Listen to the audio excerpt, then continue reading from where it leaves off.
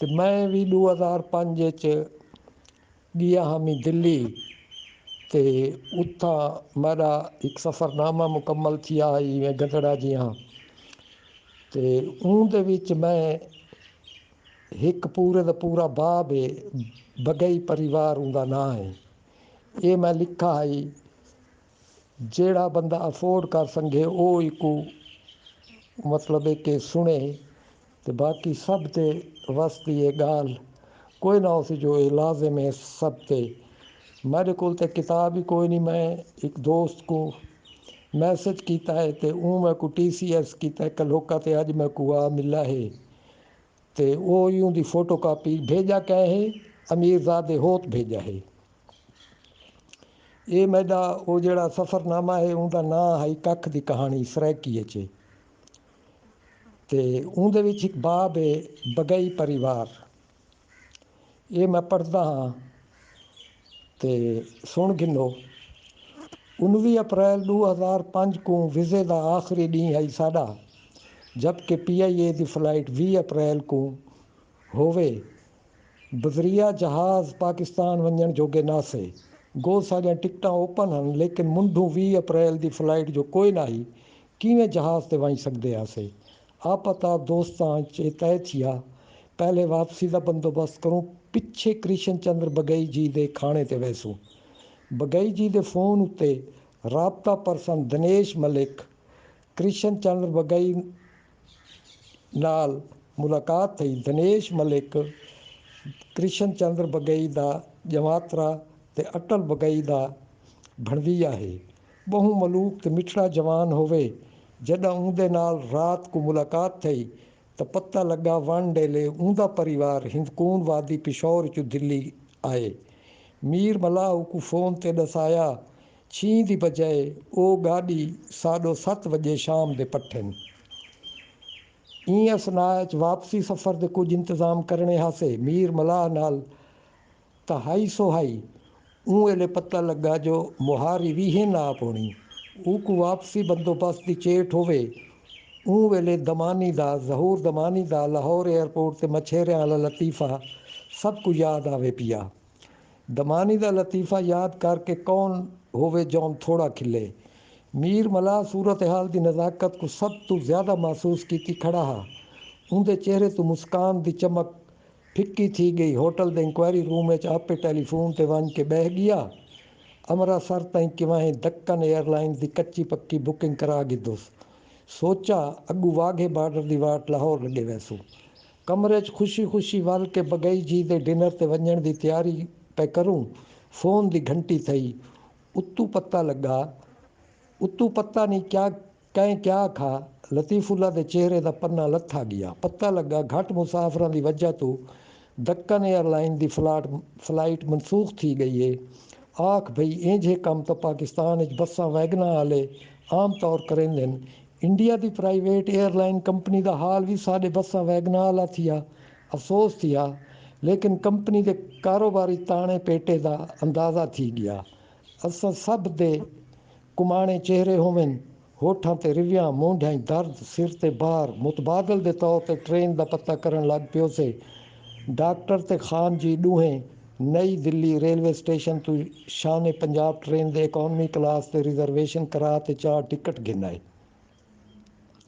कई बई तेज़ रफ्तार ट्रेन या इकॉनमी तो इलावा कई बई क्लास के टिकट नन पे मिलते। 5-10 हज़ार पाकिस्तानी क्रिकेटर मैच देखते हिकी डी 19 अप्रैल 2005 को वापसी वतन वेंदे पे होवन।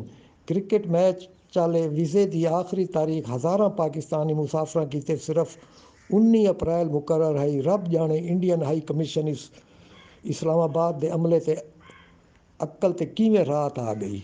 जिमें डॉक्टर अते खान जी वापसी के इंतजाम मुकम्मल थीवण की इतलाह की बगई जी के ड्राइवर की आमद का होटल के काउंटर तो फोन भी नाल लगा आया। जुड़ते बनते मजीद 8-10 मिनट लग गए। ड्राइवर नाल कार ते द कनोट ये होटल का नाम है चू कनोट चू वनू पे। डॉक्टर की मिठाई की दुकान ते दीद पै गई। अगे दाधा वदा काजू की मिठाई घर गिन वैसूँ।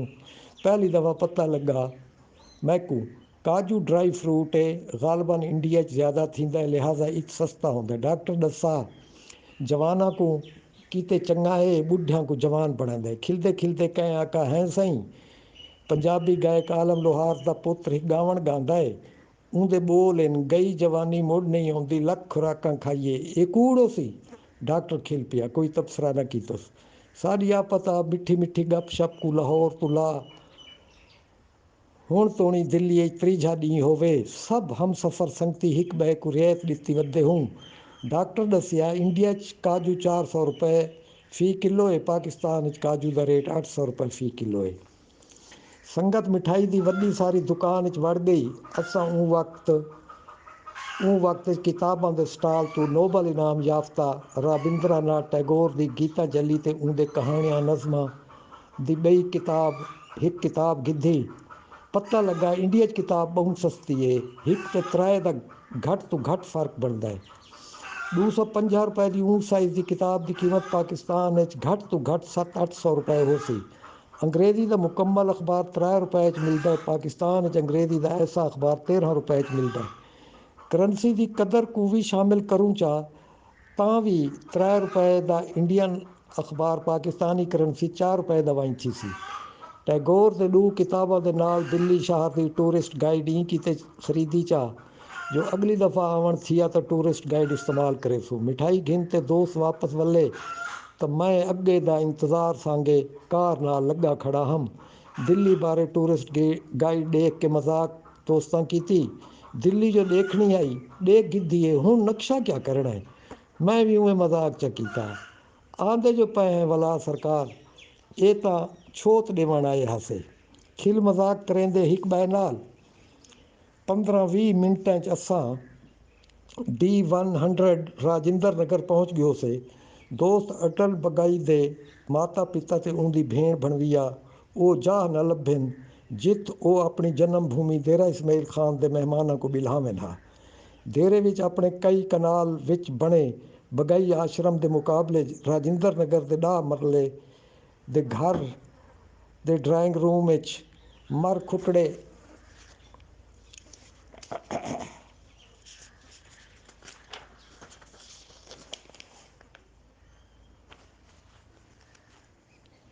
मार खुटड़े वड्डे सेठ लाला दास राम बगई का पुत्र कृष्ण चंद्र बगई अते उनकी पत्नी उनकी धी डॉक्टर अंजलि मलिक ते उनका मुसाला दिनेश मलिक बज़ाहिर दिल्ली खुश दिसन बैठे।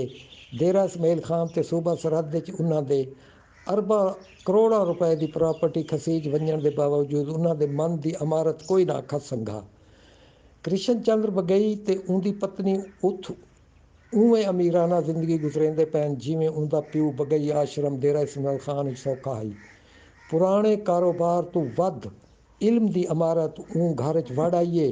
अटुल ICS अफसर बन गए। धी अंजलि डॉक्टरेट करके दिल्ली यूनिवर्सिटी तारीख दे इल्म की दौलत वरतेंदी खड़ी है। बई धी बगई साहब दी अमरीका च कै मारूफ अमरीकन मैगजीन की रिपोर्टर है। नो अजकल कैनेडा डॉक्टरेट मुकम्मल पी करेंदी है। अंजलि का खावन दिनेश मलिक बहुत खूबसूरत इंसान ते पेशे के एतबार नाल वड्डा इंजीनियर है।